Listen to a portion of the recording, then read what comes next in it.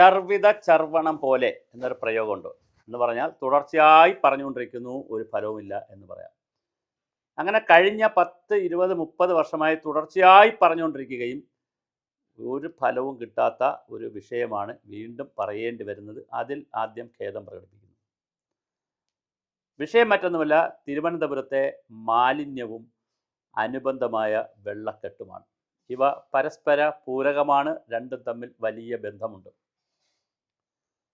മാലിന്യ സംസ്കരണം സുഗമമായി നടന്നാൽ വെള്ളക്കെട്ട് ഒരു പരിധിവരെ ഒഴിവാക്കാൻ പറ്റും. വെള്ളക്കെട്ടിൻ്റെ സുഗമമായ വെള്ളക്കെട്ട് ഒഴിവാക്കുന്ന കാര്യങ്ങൾ ചെയ്താൽ മാലിന്യവും ഒരു പരിധിവരെ ഇല്ലാതാക്കാൻ പറ്റും. ഇതാണ് ഇത് തമ്മിലുള്ള വലിയ ഒരു ബന്ധം. കരയിലെ മാലിന്യങ്ങൾ കടലിൽ കൊണ്ടു കൊടുക്കുന്നതിന് പുഴകൾക്കും തോടുകൾക്കും നദികൾക്കുമെല്ലാം വലിയൊരു പങ്കുണ്ട്. പക്ഷേ ഒരു നദിക്ക് അല്ലെങ്കിൽ ഒരു പുഴയ്ക്ക് ഒരു തോടിന് വഹിക്കാൻ കഴിയുന്ന, അതിൻ്റെ നീരൊഴുക്കിന് വഹിക്കാൻ കഴിയുന്നതാണെങ്കിൽ അത് വഹിച്ചുകൊണ്ട് പോകും. ബ്ലോക്ക് ചെയ്താൽ അത് അവിടെ കിടക്കും. ഇവയെല്ലാം ഒരു പരസ്പര ബന്ധിതമായിട്ടുള്ള കാര്യങ്ങളാണ്. ഞാൻ പറഞ്ഞു വരുന്നത് തിരുവനന്തപുരത്തെ ആമഴഞ്ചാൻ തോടിനെയും പാർവതി പുത്തനാറിനെയും ഒക്കെ നന്നാക്കുന്നതിനുള്ള ചില ശ്രമങ്ങളും ശുപാർശകളും വന്നുകൊണ്ടേയിരിക്കുന്നു. ആമഴഞ്ചാൻ തോടിലും പാർവതി പുത്തനാറിലും അതുപോലെ തന്നെ ഉള്ളൂർ തോട്, പട്ടം തോട്, ഈ രണ്ട് തോടും ചെന്ന് ചേരുന്ന കണ്ണമ്മൂലത്തോട്, ഇവയുടെയൊക്കെ പ്രശ്നം, വളരെ പ്രധാന പ്രശ്നം, നീരൊഴുക്ക് നിലയ്ക്കുന്നു അല്ലെങ്കിൽ നീരൊഴുക്കിന് തടസ്സമുണ്ടാകുന്നു എന്നുള്ളതാണ്. ആമ ഇഴഞ്ചാൻ എന്ന പേര് തന്നെ വന്നത് ആമ അതിനകത്തൂടെ നിരന്തരം ഇഴഞ്ഞു പോകുന്നത് കൊണ്ടല്ല. അതിൻ്റെ ഗ്രേഡിയൻ്റ് കുറവാണ്. അധിക ജലം ഒഴുകിപ്പോകുന്നതിന് വേണ്ടി മാത്രം ഉണ്ടാക്കിയിട്ടുള്ളൊരു ചാലാണത്, അല്ലെങ്കിൽ അതിങ്ങനെ ഉണ്ടാക്കിയ ഒരു സംവിധാനമാണ്. അപ്പോൾ അതിൻ്റെ വശങ്ങളെല്ലാം കയ്യേറുക. അത് ആമയഴിഞ്ഞൻ തോട് മാത്രമല്ല, പാർവതി പുത്തനാറായാലും ആമയഴിഞ്ഞൻ തോടായാലും കണ്ണമ്മൂലത്തോടായാലും എൻക്രോച്ച്മെൻറ്റ് വളരെ പ്രധാനപ്പെട്ട ഒരു ഘടകമാണ്. തെക്കിനിക്കര കനാൽ ഉൾപ്പെടെ തിരുവനന്തപുരത്തെ കനാലുകളും നദികളും തോടുകളും കൃത്യമായി എൻക്രോച്ച്മെൻറ്റ് നടത്തിയിട്ടുണ്ട്. ചെറിയ ബിൽഡിംഗ് മുതൽ വൻകിട ബിൽഡിങ്ങുകൾ വരെ ഉള്ള എൻക്രോച്ചുകൾ നടത്തിയിട്ടുണ്ട്. ഇത് പല സർവേകളിലും പുറത്തു വന്ന വിവരമാണ്. ഇത് മാറ്റാൻ അടിയന്തരമായി സർക്കാരുകൾക്ക് കഴിയുമോ, കോർപ്പറേഷന് കഴിയുമോ? ഒന്നാമത്തെ ചോദ്യം. രണ്ടാമത്തെ ചോദ്യം, കോർപ്പറേഷനിൽ പുതിയ ഭരണസമിതി വന്നിട്ട് 6 മാസമാകുന്നു. കുറ്റം പറയുകയല്ല, അവർ ഇനിയെങ്കിലും മാലിന്യ സംസ്കരണത്തിൽ നിങ്ങൾ കുറേ എഫർട്ടൊക്കെ എടുക്കുന്നു. ഇതെന്താണ്, JCB എല്ലാം കൊണ്ടുവച്ച് കുറേ ചവറുവാരി കുറച്ച് കുഴിയെടുത്തു, അല്ലെങ്കിൽ തോട്ടിലെ കുറേ കാര്യങ്ങളൊക്കെ വാരാൻ ശ്രമിച്ചു, കുറേ ശ്രമങ്ങൾ നടത്തി. പക്ഷെ വളരെ കൃത്യമായ മാലിന്യ സംസ്കരണത്തെക്കുറിച്ച് ഇപ്പോഴും നമ്മൾ ഇരുട്ടിൽ തപ്പുക തന്നെയാണ്. മാലിന്യ സംസ്കരണത്തിനും വലിയ ഒരു മാറ്റം ഉണ്ടാക്കിക്കൊണ്ടല്ലാതെ കൃത്യമായി ആമയഴിഞ്ഞാൻ തോടിനെയോ പാർവതി പുത്തനാറിനെയോ രക്ഷിക്കാൻ കഴിയില്ല. മറ്റൊരു പ്രധാനപ്പെട്ട കാര്യം, 2 സെൻറ്റ് 3 സെൻറ്റ് 4 സെൻറ്റ് 5 സെൻറ്റിന് താഴെയുള്ള നിരവധി വീടുകളും കൊച്ചു കൊച്ചു സ്ഥാപനങ്ങളും ഈ നദികളുടെ, തിരുവനന്തപുരത്തെ നദികളുടെ എല്ലാം കരകളിൽ വച്ചിട്ടുണ്ട്. പട്ടയമുള്ളതെല്ലാം പട്ടയമുള്ളവർക്ക് കൃത്യമായി അവരുടെ സാനിറ്റേഷൻ സൗകര്യങ്ങൾ മെച്ചപ്പെടുത്താനുള്ള സൗകര്യം ചെയ്തു കൊടുക്കുക. അത് ആരുടെ ചിലവിൽ എന്നുള്ളത് സർക്കാരും കോർപ്പറേഷനും ജനങ്ങളും കൂടി തീരുമാനിക്കുക. ആരുടെ ചിലവിലായാലും അവരുടെ സെപ്റ്റിക് ടാങ്കിലടക്കമുള്ള കാര്യങ്ങൾ കൃത്യമായി പാരലൽ ലൈനുകൾ കൊണ്ടുവന്നുകൊണ്ടോ, അല്ലെങ്കിൽ ഈ പറയുന്ന തോടുകൾക്ക് സമീപത്തുകൂടെയോ അല്ലെങ്കിൽ തോടുകൾക്കകത്തുകൂടെയോ, ഏതാണെന്ന് വെച്ചാൽ പാരലലായിട്ടോ അല്ലെങ്കിൽ അതിൻ്റെ സൈഡിലൂടെയോ അതിൻ്റെ സാങ്കേതികമായി ഒരു സർവേ നടത്തണം. കാര്യം എത്ര വീട്ടിൽ നിന്നുള്ള വേസ്റ്റ് വരുന്നു, അത് ഏത് ഡയറക്ഷനിലാണ് പോകുന്നതെന്നുള്ള ഒരു സർവേയുടെ അല്ലെങ്കിൽ ഒരു പഠനത്തിൻ്റെ ആവശ്യമുണ്ട്. നടത്തിയിട്ടുണ്ടെങ്കിൽ സന്തോഷം. അപ്പോൾ അങ്ങനെ പട്ടയം കൊടുത്തിട്ടുള്ള ഭൂമിയിൽ അങ്ങനെ ചെയ്യുകയും, ഇനി പട്ടയം കൊടുത്തിട്ടുള്ള ഭൂമിയിലുള്ളവരെ തന്നെ അവരെ ഒഴിപ്പിക്കാൻ കഴിയുമെങ്കിൽ അവരെ ഒഴിപ്പിച്ച് നദിക്കുള്ള സ്ഥലം, തോടിനുള്ള സ്ഥലം, ആറ്റിനുള്ള സ്ഥലം ആറ്റിന് കൊടുക്കാൻ പറ്റുമോ, നദിക്ക് കൊടുക്കാൻ പറ്റുമോ എന്നൊരു ഓപ്ഷനും ചിന്തിക്കേണ്ടതാണ്. അതുപോലെ തന്നെ പട്ടയമില്ലാതിരിക്കുന്നവരെ സംബന്ധിച്ചിടത്തോളം കൃത്യമായി അവരെ മാറ്റാൻ എളുപ്പമാണ്. എന്ന് വിധത്തിൽ അവരെ റോഡിലിറക്കി വിടണം എന്നല്ല, അവരെയും കൃത്യമായി പുനരധിവസിപ്പിക്കണം, റീഹാബിലിറ്റേറ്റ് ചെയ്യണം. വാടക വീടിൽ ആളുകൾ താമസിക്കുന്നവരുണ്ടെങ്കിൽ അതിൽ കുറേ എളുപ്പമാണ്. കാരണം വാടക വീടാണെങ്കിൽ കോമ്പൻസേഷൻ കൊടുത്തത് ഒഴിവാക്കിയാൽ ആളുകൾക്ക് പെട്ടെന്ന് താമസിക്കുന്നവർക്ക് ബുദ്ധിമുട്ടുണ്ടാകില്ല, അവർ മറ്റെവിടെയെങ്കിലും വാടകയ്ക്ക് പോയിക്കൊള്ളും. അപ്പോൾ കൃത്യമായി അങ്ങനെ ഒരു സർവേയും പഠനവും നടക്കേണ്ടതുണ്ട്. സെപ്റ്റിക് ടാങ്കിലെ വേസ്റ്റ് വരികയാണെങ്കിൽ അതിന് പാരലായി മറ്റൊരു സംവിധാനം ഒരുക്കണം. അതുപോലെ തന്നെ അർബൻ റെയിൻ വാട്ടർ ഹാർവെസ്റ്റിങ്ങിൻ്റെ വലിയ സാധ്യതകളുണ്ട്. ഞാൻ പലവട്ടം പല വീഡിയോയിൽ പറഞ്ഞതാണ്, പല ലേഖനങ്ങളിൽ പറഞ്ഞതാണ്.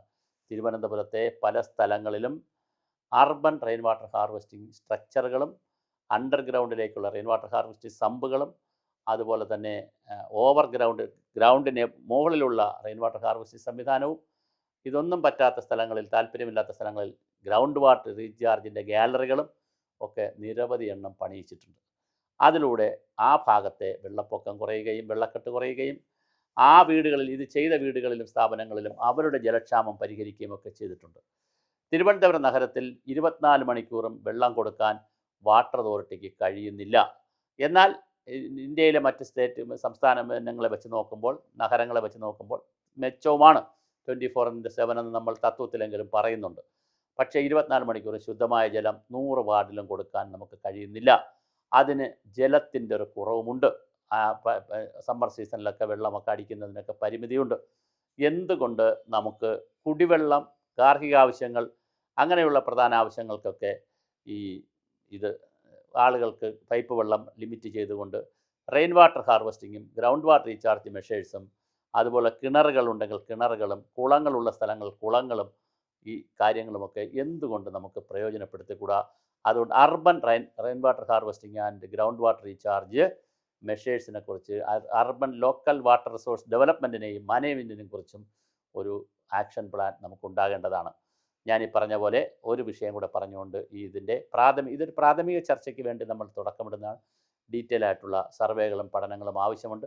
തമ്പാനൂരിലെ വെള്ളപ്പൊക്കത്തിൻ്റെ കാരണമല്ല ഈസ്റ്റ് ഫോർട്ടിലെ വെള്ളപ്പൊക്കത്തിൻ്റെ കാരണം, രണ്ടിടത്തെയും വെള്ളപ്പൊക്കത്തിൻ്റെ കാരണമല്ല മറ്റ് മേഖലകളിലെ വെള്ളക്കെട്ടിൻ്റെ പ്രധാന കാരണം. അപ്പോൾ വിവിധ മേഖലകളിൽ വിവിധ പ്രശ്നങ്ങളാണ്. പാത്രക്കുളത്തിൻ്റെയും മാഞ്ഞാലിക്കുളത്തിൻ്റെയും എരുമക്കുളത്തിൻ്റെയും താമരക്കുളത്തിൻ്റെയും അടക്കമുള്ള നിരവധി, പിന്നെ ഹൗസിംഗ് ബോർഡ് കോളനിക്ക് അടുത്തുള്ള കുളത്തിൻ്റെയും ഒക്കെ നിരവധി കുളങ്ങളുടെ നഗരമായിരുന്നു. തെക്കാട് കുന്നിൻ്റെയും ബാർട്ടൺ ഹിൽ കുന്നിൻ്റെയും പിന്നെ അതുപോലെ നമ്മുടെ കനകക്കുന്നിൻ്റെയും പാളയം കുന്നിൻ്റെയും ഒക്കെ തുടങ്ങിയിട്ടുള്ള പിന്നെ പമ്പ് ഹൗസ് കുന്നിൻ്റെയും ഒക്കെ അടുത്ത് ധാരാളം കുന്നുകളുടെ ഒരു നഗരമായിരുന്നു. വയലുകളുടെ നഗരമായിരുന്നു. വയലുകളെല്ലാം നമ്മൾ നികത്തി, കുന്നുകളെല്ലാം നമ്മൾ പല രൂപത്തിലാക്കി മാറ്റി, താഴ്വരകൾ എല്ലാം നമ്മൾ ഇല്ലാതാക്കി, കുളങ്ങളെല്ലാം നമ്മൾ നശിപ്പിച്ചു. കൃത്യമായി ഉണ്ടായിരുന്ന തെക്കിനിക്കര കനാലും അതുപോലെ തന്നെ കൊച്ചാറിൽ നിന്ന് ആരംഭിച്ച് പാത്രക്കുളം വരെ നീളുന്ന തോടും, ഈ പറയുന്ന പട്ടം തോടും ഉള്ളൂർ തോടും, ഈ സകല തോടുകളിലെയും ഒന്നുകിൽ അത് നികത്തി അല്ലെങ്കിൽ അത് മാലിന്യമാക്കി, പലതിൻ്റെയും മുകളിൽ പലയിടങ്ങളിലും കെട്ടിടങ്ങളും വച്ചു. സ്വാഭാവികമായി വെള്ളത്തിന് പോകാനുള്ള വഴി നമ്മൾ ഇല്ലാതാക്കി. ഇനി രണ്ട് കാര്യമാണ് ചെയ്യേണ്ടത്. ഒരു വിഷയത്തിൽ മിനിമം കുറച്ച് കാര്യങ്ങൾ ചെയ്യണം. അത് കഴിഞ്ഞാൽ ലെവൽ 1 എന്ന് പറയുന്നത് അതാണ്. ലെവൽ 2 എന്ന് പറയുന്നത് മീഡിയം ലെവലിൽ കുറച്ച് കാര്യങ്ങൾ ചെയ്യണം. ലെവൽ 3 എന്ന് പറയുന്നത് ഹൈ ലെവൽ കുറേ കാര്യങ്ങൾ ചെയ്യണം. ലെവൽ 4 എന്ന് പറയുന്നത് സൂപ്പർ ലെവൽ അല്ലെങ്കിൽ സൂപ്പർ ഹൈ ലെവലിലൊക്കെ ചില കാര്യങ്ങൾ ചെയ്യണം. പ്രശ്നങ്ങൾ വഷളാകുന്നത് അങ്ങനെ തന്നെ. മിനിമം ലെവലിലുള്ള വഷളാകലുണ്ട്, മീഡിയം ലെവലിലുള്ള വഷളാകലുണ്ട്, ഹൈ ലെവൽ വഷളാകലുണ്ട്. പിന്നെ അത് കഴിഞ്ഞാൽ വളരെ ഹൈ ലെവലായിട്ടുള്ള സൂപ്പർ ലെവലിലുള്ള വഷളാകലുമുണ്ട് പ്രശ്നങ്ങൾ. അപ്പോൾ നമ്മളിപ്പോൾ തിരുവനന്തപുരത്തെ സംബന്ധിച്ചിടത്തോളം അടിയന്തരമായി മറ്റെല്ലാം ഒന്ന് ഫേസ് ഔട്ട് ചെയ്ത് കാര്യങ്ങൾ ചെയ്യുന്നതിനെക്കുറിച്ച് ചിന്തിക്കണം. അടിയന്തരമായി മാലിന്യത്തെയും ഈ എൻക്രോച്ച്മെൻറ്റിനെയും പിടിക്കുന്ന കാര്യത്തിൽ ഒരു പരിഹാരമുണ്ടായാൽ തന്നെ ആദ്യത്തെ ഫേസ് വിജയിക്കും. തുടർ ഫേസുകൾ കൃത്യമായ പഠനത്തിൻ്റെ അടിസ്ഥാനത്തിൽ, രേഖകളുടെ അടിസ്ഥാനത്തിൽ കുറച്ച് ഉള്ളത് വച്ച്, ഇനിയിപ്പോൾ പുതിയ പ്ലാന്റ് സിറ്റി ഉണ്ടാക്കാൻ പറ്റില്ല, അതേസമയം കുറച്ച് പ്ലാനിങ് ഉള്ളതിൽ നിന്നൊരു പ്ലാനിങ്ങിലേക്ക് പോകാൻ പറ്റും.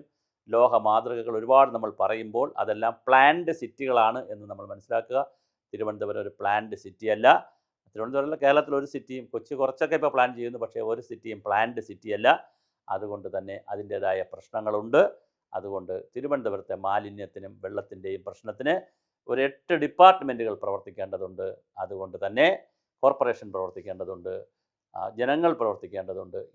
അതുകൊണ്ട് തന്നെ ചീഫ് സെക്രട്ടറി ലെവലുള്ള ഒരു ഉദ്യോഗസ്ഥ സംവിധാനത്തിനല്ലാതെ ഗൗരവമായി ഒന്നും ചെയ്യാൻ കഴിയില്ല. അല്ലെങ്കിൽ അത്രയും ഉയർന്ന റാങ്കിലുള്ള IAS ആരെങ്കിലും അതിൻ്റെ സ്പെഷ്യൽ ഓഫീസറായിട്ടൊക്കെ നിയമിച്ചാൽ മാത്രമേ ബാക്കിയുള്ളവരെ കോർഡിനേറ്റ് ചെയ്യാൻ കഴിയുകയുള്ളൂ. അതുപോലെ തന്നെ വളരെ പ്രധാനപ്പെട്ട കാര്യമാണ് ഞാൻ ഈ പറഞ്ഞ വിഷയങ്ങളൊക്കെ വച്ചുകൊണ്ടല്ലാതെ തിരുവനന്തപുരത്തെ പ്രശ്നം അങ്ങനെ ലളിതമായി പരിഹരിക്കാൻ പറ്റുന്നൊരു പ്രശ്നമല്ല. സങ്കീർണമായാണ് പ്രശ്നങ്ങളെ പരിഹരിക്കുന്നതിലും കുറച്ചു സങ്കീർണത ഉണ്ടാകാം. അതിനുള്ള ഇച്ഛാശക്തിയുണ്ടോ? ഒരു ഡിസാസ്റ്റർ മാനേജ്മെൻറ്റ് എമർജൻസി പ്രഖ്യാപിക്കേണ്ടി വരും. കാരണം ഈ തോടുകളുടെയൊക്കെ സമീപത്ത് ഒരു ഡിസാസ്റ്റർ മാനേജ്മെൻറ്റ് എമർജൻസി പ്രഖ്യാപിക്കാം. അത് ചീഫ് സെക്രട്ടറിക്ക് പ്രഖ്യാപിക്കാം, കളക്ടർക്ക് പ്രഖ്യാപിക്കാം. അങ്ങനെ പ്രഖ്യാപിച്ച് കൃത്യമായി ജനങ്ങളെ അവിടെ നിന്ന് മാറ്റേണ്ട ജനങ്ങളെ മാറ്റേണ്ട കെട്ടിടങ്ങൾ മാറ്റി സ്വാഭാവിക നീരൊഴുക്കിൻ്റെ സംവിധാനങ്ങൾ ഒരുക്കുക ഒന്ന്, അല്ലെങ്കിൽ കൃത്യമായി പാരലലായിട്ടുള്ള നീരൊഴുക്ക് സംവിധാനം ഒരുക്കുക 2, 3 മാലിന്യ സംസ്കരണ സംവിധാനം വളരെ കൃത്യമായി കൊണ്ടുവരിക, അത് കർശനമാക്കുക. 4 സെപ്റ്റിക് ടാങ്കിൽ നിന്നുള്ള മാലിന്യങ്ങൾക്ക് വേണ്ടി സെപ്പറേറ്റ് കാര്യങ്ങൾ ആലോചിക്കുക. 5 റെയിൻ വാട്ടർ ഹാർവെസ്റ്റിങ്ങും ground water recharge measures. Urban rain water harvesting ആണ്, റൂറലിലുള്ളതല്ല. അർബൻ വേറെ, റൂറൽ വേറെ വ്യത്യാസമുണ്ട്. ആ അർബൻ റെയിൻ വാട്ടർ ഹാർവെസ്റ്റിങ്ങിൻ്റെ സ്ട്രക്ചറുകൾ ചെയ്യാനുള്ള പ്രവർത്തനങ്ങൾ കൂടി ആരംഭിക്കുക. ഇതെല്ലാം ഒറ്റ ദിവസം കൊണ്ടോ ഒരു രാത്രി കൊണ്ടോ ഒരു മാസം കൊണ്ടോ നടക്കുന്നതല്ല. ഇത് ഫേസ് ഔട്ട് ചെയ്ത് ഓരോ ഫേസിലായി ചെയ്താൽ തിരുവനന്തപുരത്തെ വെള്ളപ്പൊക്കം അല്ലെങ്കിൽ വെള്ളക്കെട്ടും മാലിന്യവും നമുക്ക് പരിഹരിക്കാവുന്നതാണ്.